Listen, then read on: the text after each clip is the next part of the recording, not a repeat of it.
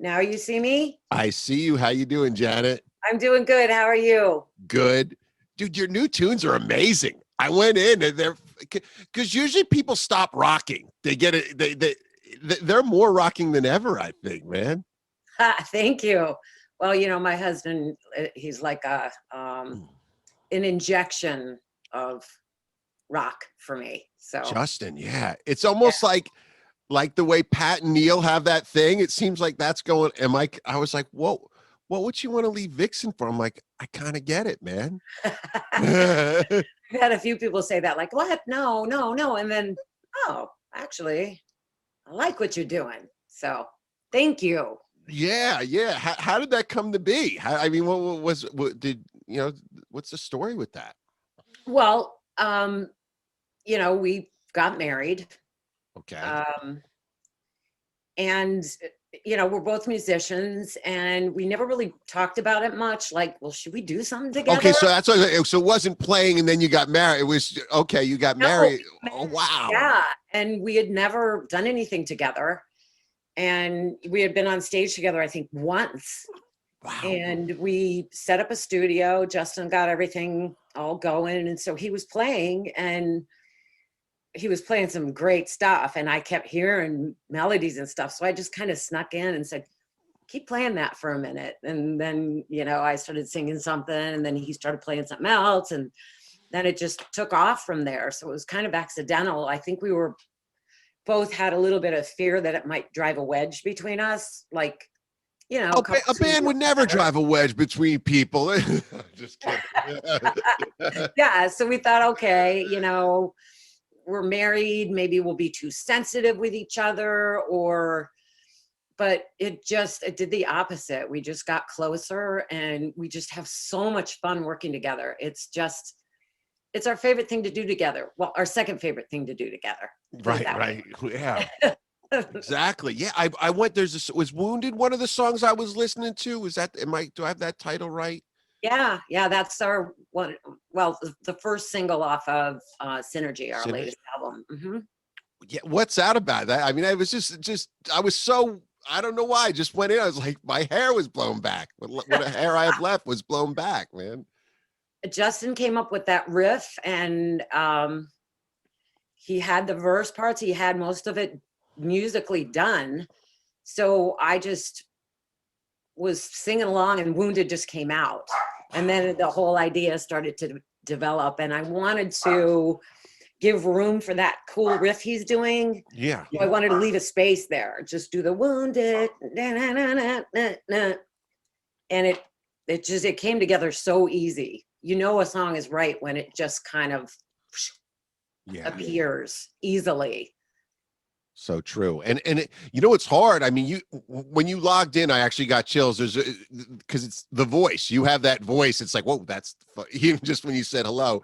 Like the first time I saw Axl Rose out, you hear him talking, you go, oh, that's that voice. Fuck. Like you're able to cut through those riffs because that's a hard thing. A lot of people, myself including bands, you have to start with campfire songs to sing through, but you're able to sing over a riff and cut through. That's amazing. Is that hard or what? Well, it's just trying to work with it. Okay. Trying to kind of find your place with it. And, Justin does the same for me. If I have like a melody idea that I'm starting with, he will try to complement that. And it's just a matter of making it work together. There's no like trying to beat it or be on top of it, or you kind of have to make it work together. And that's what we've really, it's amazing how easy it is. Wow. That's the funny part is, it's easier than it's ever been before to just come up with stuff that complements each other. And a lot of people are like, oh, do you guys fight a lot when you, and it's like, well, Justin puts up with me because I'm a baby when I don't get my way.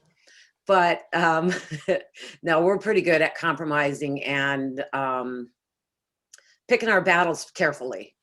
Yeah. If somebody feels really strongly about something being a certain way or a certain chord change or going to a certain part in a song, the other person will kind of go, okay, let's do it that way.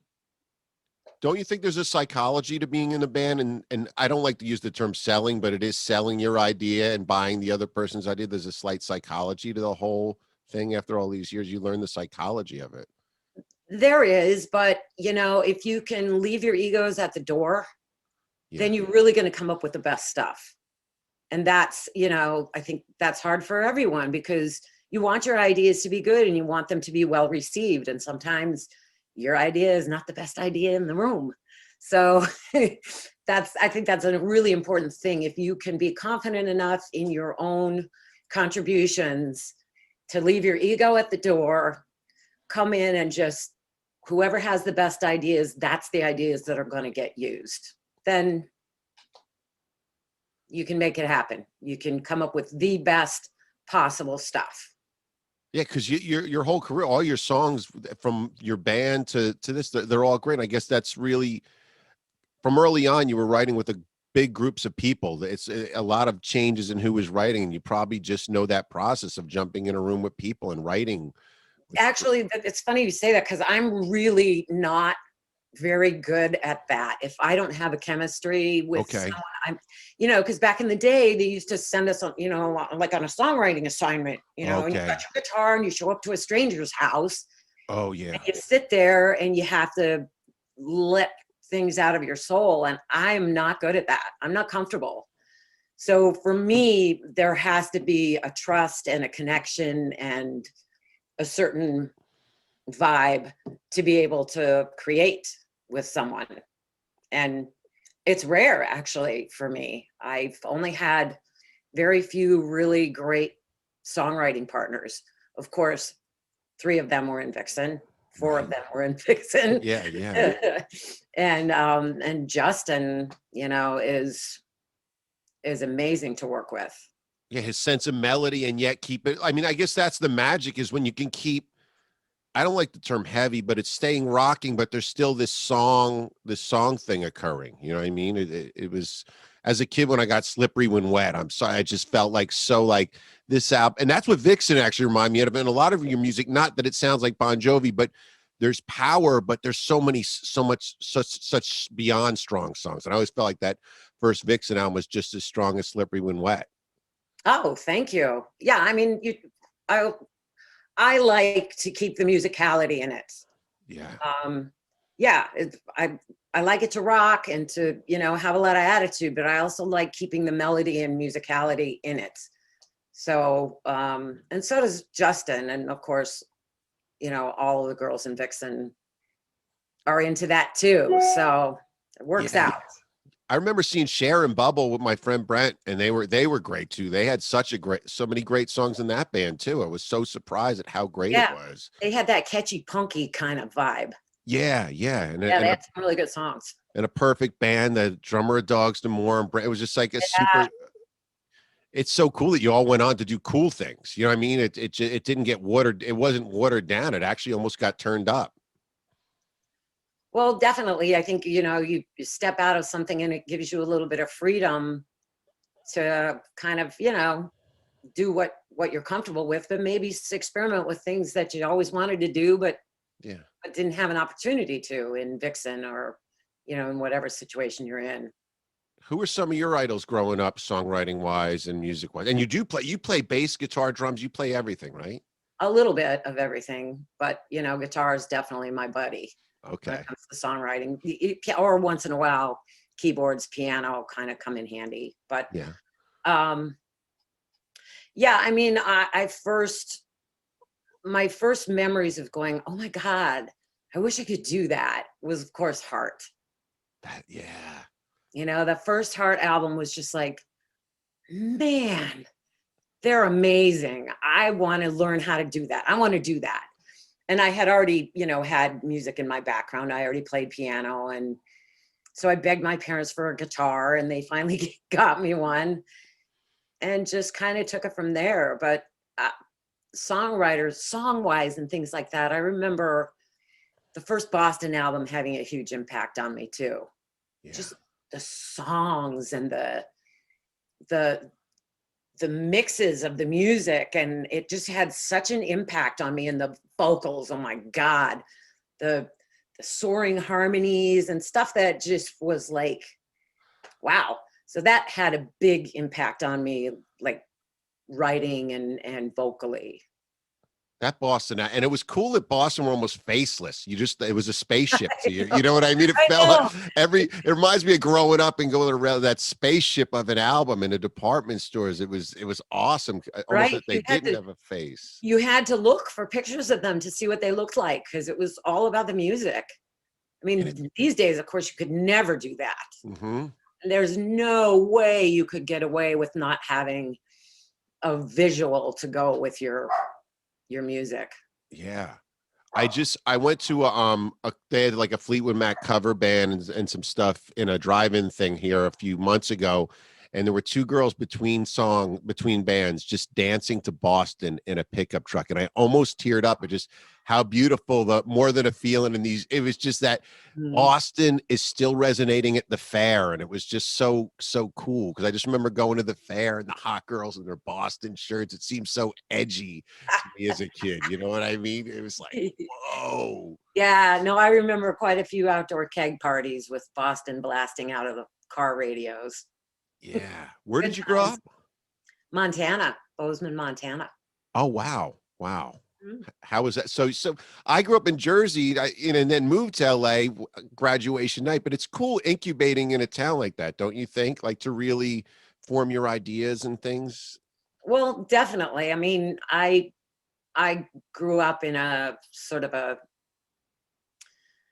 a large family. So we all became very independent quickly because you had to be. You had to do things for yourself. And it was a fairly small town, so it was safe. Everybody knew each other. It was very, you know, Donna Reed show kind of Yeah, yeah, yeah. upbringing. And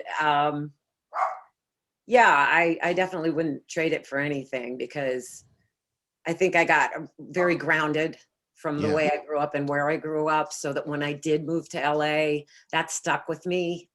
I Yeah. still had that sort of Montana girl grounding. And yeah, I think it was great.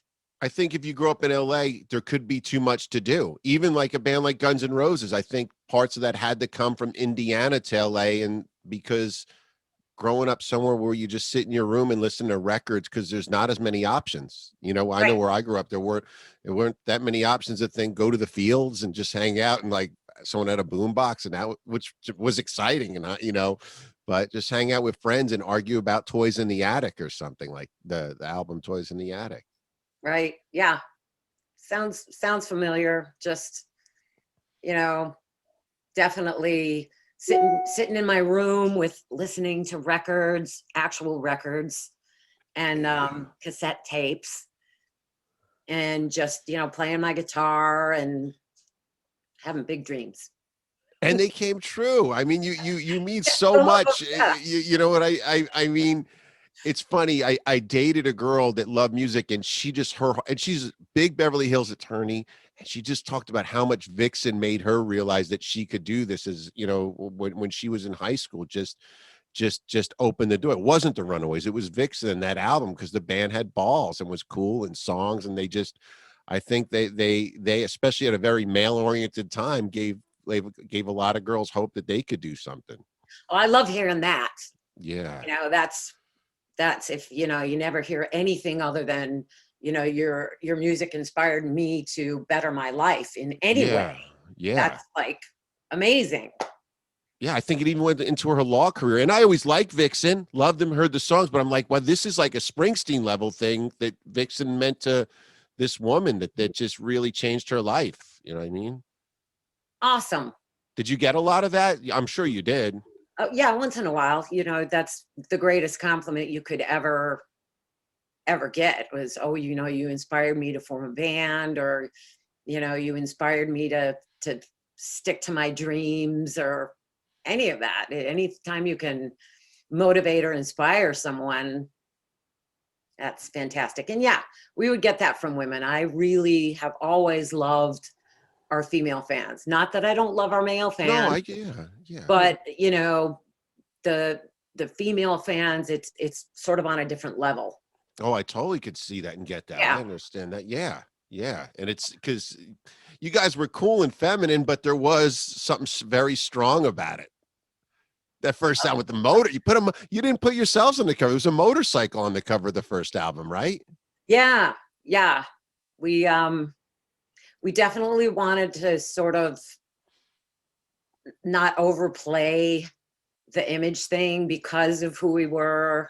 I think um there was a danger in that. We felt like, man, if we plaster ourselves on the cover and it's all about, the look or the sex appeal or any of that, it's Yeah. going to overshadow the music, and we really wanted to make sure that didn't happen. So I mean, with MTV and everything, there were many ways for people to see us that we didn't feel the need to put it on the cover of the albums. Yeah. Yeah. And did you met everybody in LA? Is that how you moved to LA and met everybody? What was the story there? Yeah, yeah. I moved to LA. Jan had moved Vixen from Minnesota to LA. Mhm. So I met her there. And same with Roxy and Cher. They're both Roxy's from Michigan, Cher's from Minnesota. We're all from the M states. Yeah. And we all met up in LA. There was such a great scene and so much activity, seeing other bands and meeting other bands and being inspired by the whole scene. It was fun. And what was your first time you're like, dude, this is success. I'm doing this. This is for real. This is happening. You know what I mean? What was your first time where I you're like, think when I first came in, and Richard Marx was producing Edge of a Broken Heart, and they had just done like a rough mix and said, come on in and hear it. And they put it up on the big speakers and it was blasting out loud. And I just got chills, or just big new? time chills. It was that moment of like, oh, this is so good. I'm so excited. I mean, that was the first time I really felt like there was a chance that, Yeah. you know, that we would get to the next level.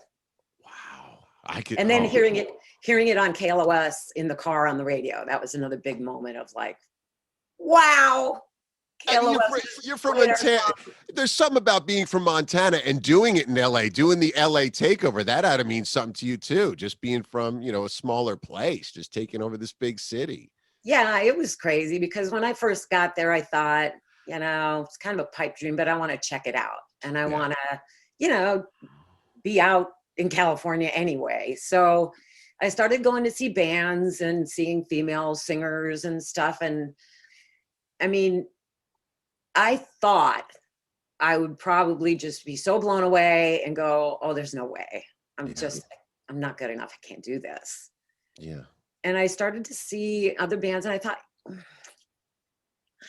I'm, I'm going to stay here. I'm going to try this because I think if I meet the right people and get in the right situation, could make something happen. So yeah, good That's stuff. good. I moved from Jersey in '88, and I felt the same. But the first show I saw was very strong, as with the Roxy. It was Junkyard and Salty Dog. But then I started to see bands and go like, that I had seen pictures of in magazines that looked amazing, but like, it's not amazing. I got pictures of them levitating and just like Yeah, genetically correct rock gods, like you say, there is a shot. There's they're just people just like me. yeah, yeah, yeah, yeah, yeah. Okay. Okay, But yeah, they're people like us. Yeah, they're not all genetically correct rock gods, as I would say. They're not all. exactly. They are human, and so there's always an opportunity and a chance that if you work hard and you believe in yourself and you put yourself out there, you never know. And now let's go to today. You and Justin with this amazing music. When you're playing, what makes your heart skip a beat in this band? What is the thing that makes your heart in this era of your music career just skip a beat?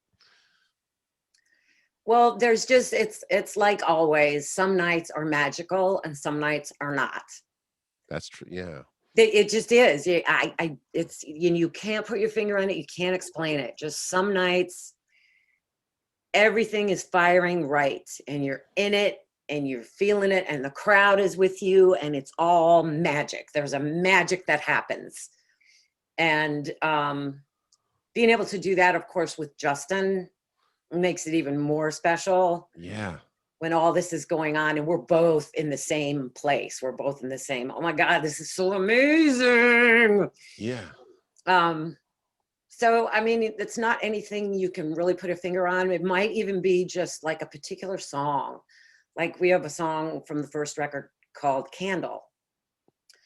And it's kind of a dramatic, ballady, semi-modern, semi-traditional song. And it means a lot to us. It means a lot to me. I wrote it about my parents passing away. Oh, wow.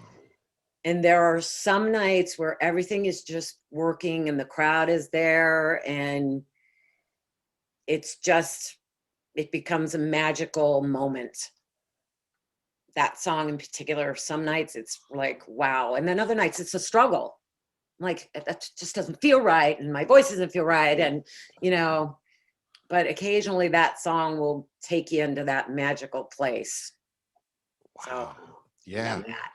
Well, it's like a surfer going out looking for waves. Sometimes the waves are amazing. Sometimes they're beat street. Sometimes they're in the middle. But when it's perfect, it's perfect. Yeah, there's just a set of circumstances that once in a while comes together with the crowd and the venue and the sound on stage, and everybody's, really tight. Everyone can hear each other and feel each other, and it's beautiful.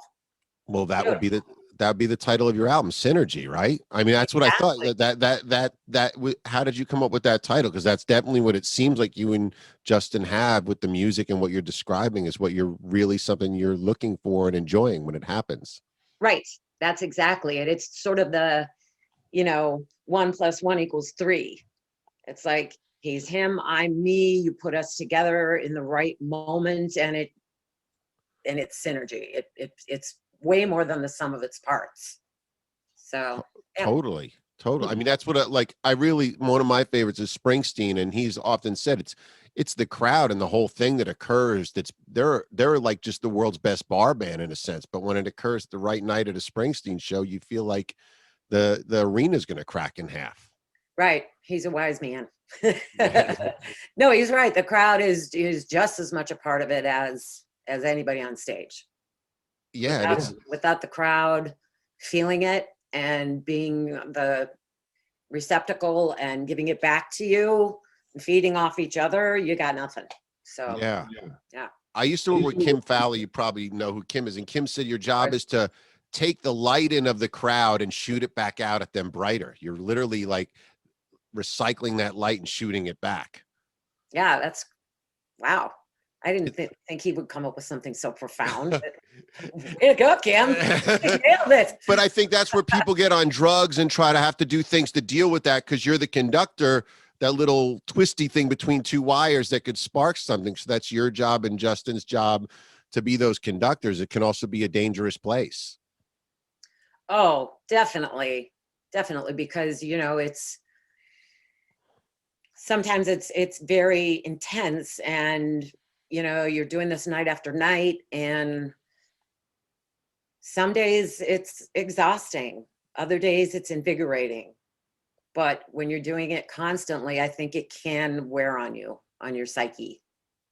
And in the 80s, this whole time, and I'm sure now it's easier with getting a hold of it, but when everybody's partying in the 80s and going crazy, you probably have to keep it together. You have a big vocal game to take care of at those shows. What was your story when everybody around you, the madness around you, you strike me as someone that would have taken care of themselves? Oh, absolutely. I mean, it was really important.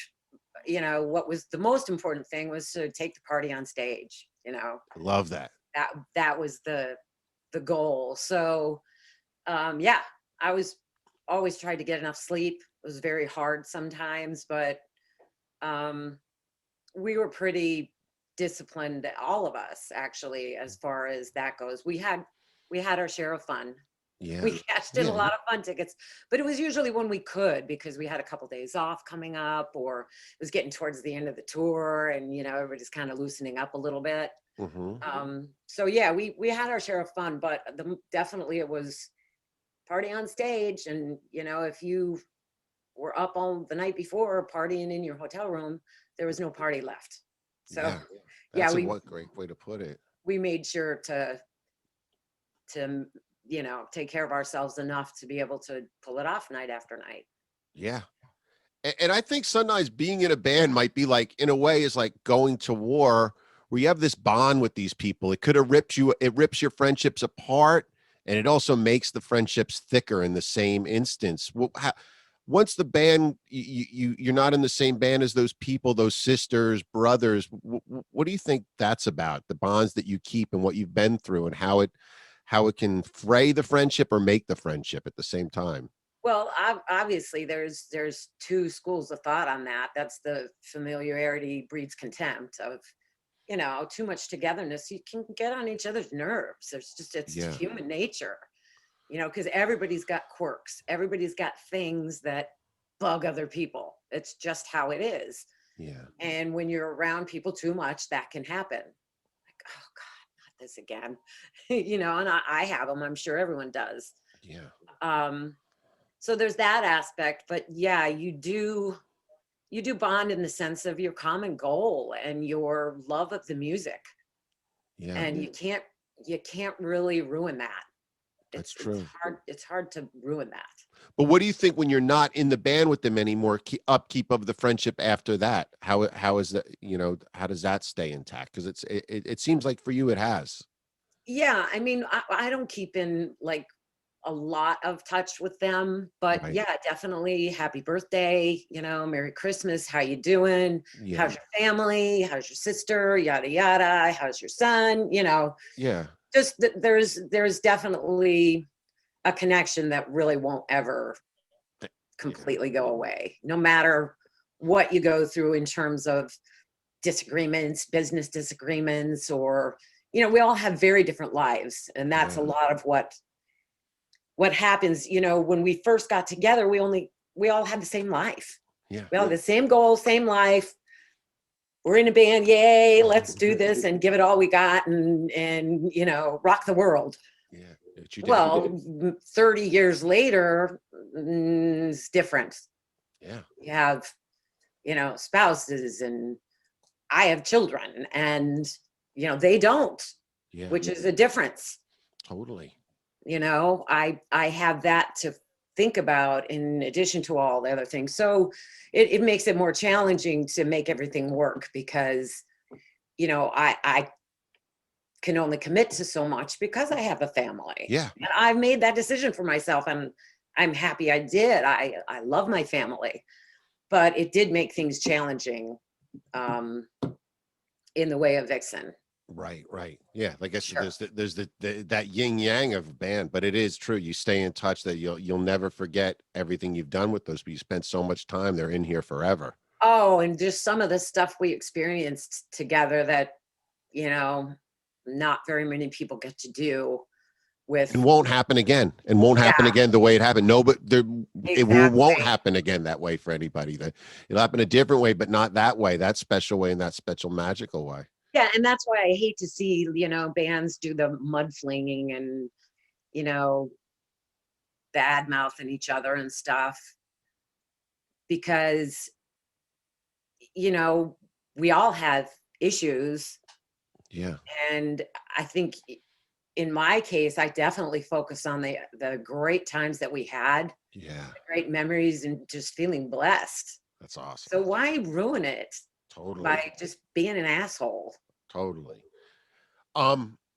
Speaking of now, you got this great album, Synergy. You and Justin are so prolific. It's you guys put out so much music. I was like, this is all recent music.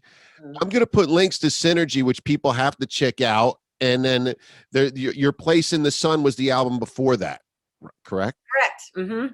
Yes, and that was the one the video was for. Your Place in the Sun. Am I correct that there was a really cool video?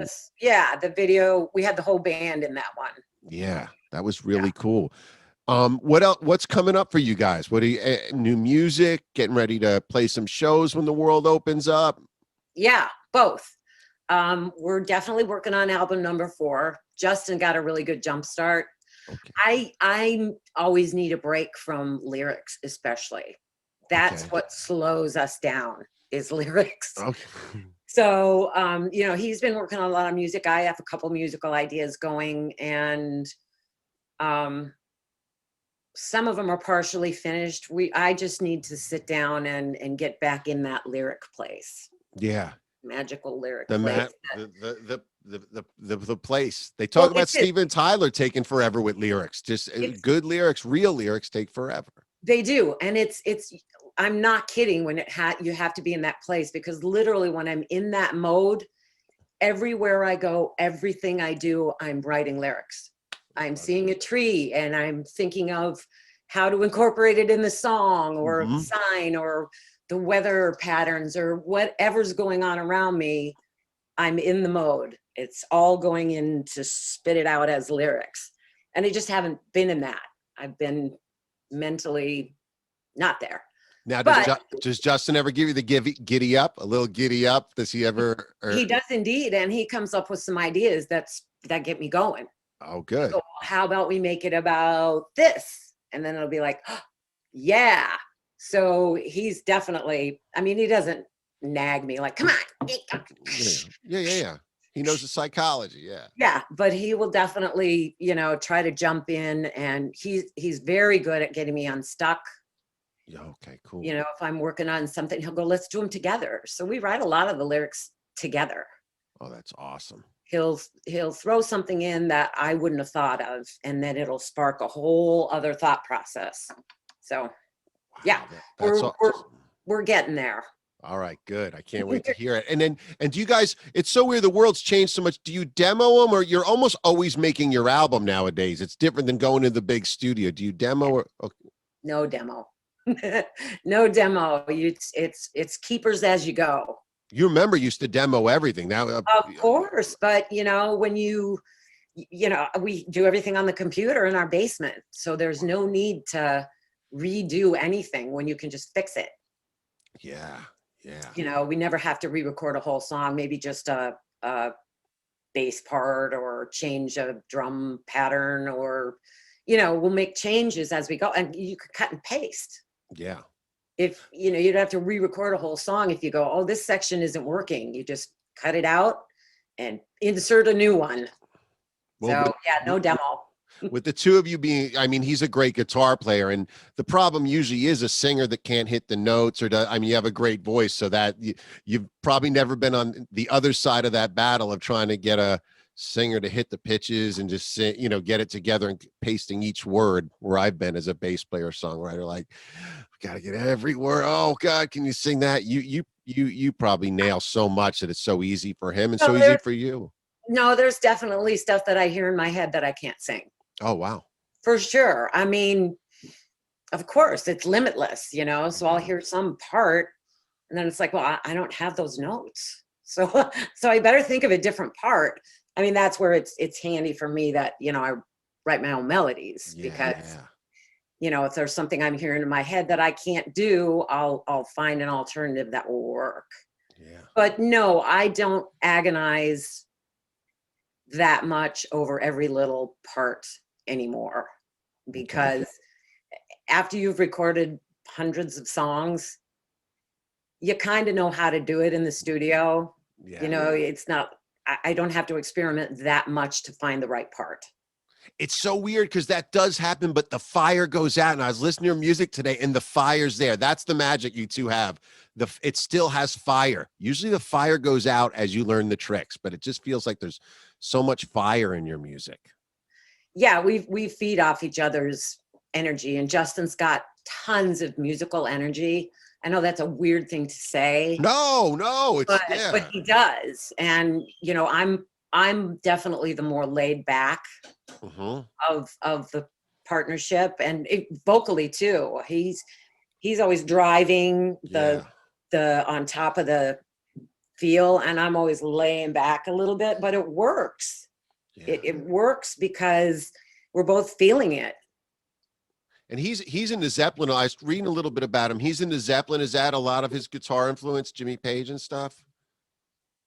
Um, I'm more the Zeppelin person. Okay, who's he into? Because he's just rocking. Well, he loves John Sykes. Oh, John Sykes, White Yeah. Snake, Blue Murder, Yo, Yeah, I think that's one of his that biggest. makes sense. That so makes sense. Yeah. But he loves a lot of more modern guitar players. He likes DJ Ashba because he's experimental and does some cool sounds. Mhm. He gets into that. Mhm. Justin, he's upstairs somewhere.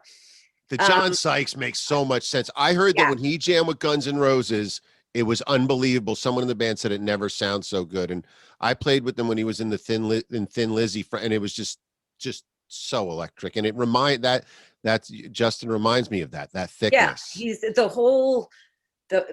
got the whole magic between, his sound is partly his equipment, but it's mostly his playing, his hands. That's a lot of what Justin does. Yeah, he plays like a beast. lot of what he has. Justin gets great guitar sounds, but Yeah. I can pick up the exact same guitar, play it through the exact same amp, and it doesn't sound like that. Nah, I'm not that It's I don't the way know, he plays. but he's got And yeah. that's I think that's John Sykes too. Those are great guitar players. Well, I mean, even John Sykes influenced Zach Wilde and stuff. Just that squeal, the way he just frets those. Oh, it's just, and yeah, that makes a lot of sense. Well, I look forward to hearing the new tunes. As soon as I'm going to be playing these, I'm going to play the video, and we're looking so forward to some new music and this music. I'm going to be playing it. Awesome. Thank you so much. And we are playing a couple of shows this year. We're playing a festival in Minnesota. See, I'm terrible with this. I don't have the dates. Well, why don't you send me the dates and I'll put them all in the chat. Sounds great. You give me an email we're going to want tons of links, whatever you want to link for all our fans. And it's going to be great. We're going to run them all during this multiple times. It'll be great. I will send you some links. I will send you our dates. And Britt, thanks so much. It's been a pleasure. Thank you so much.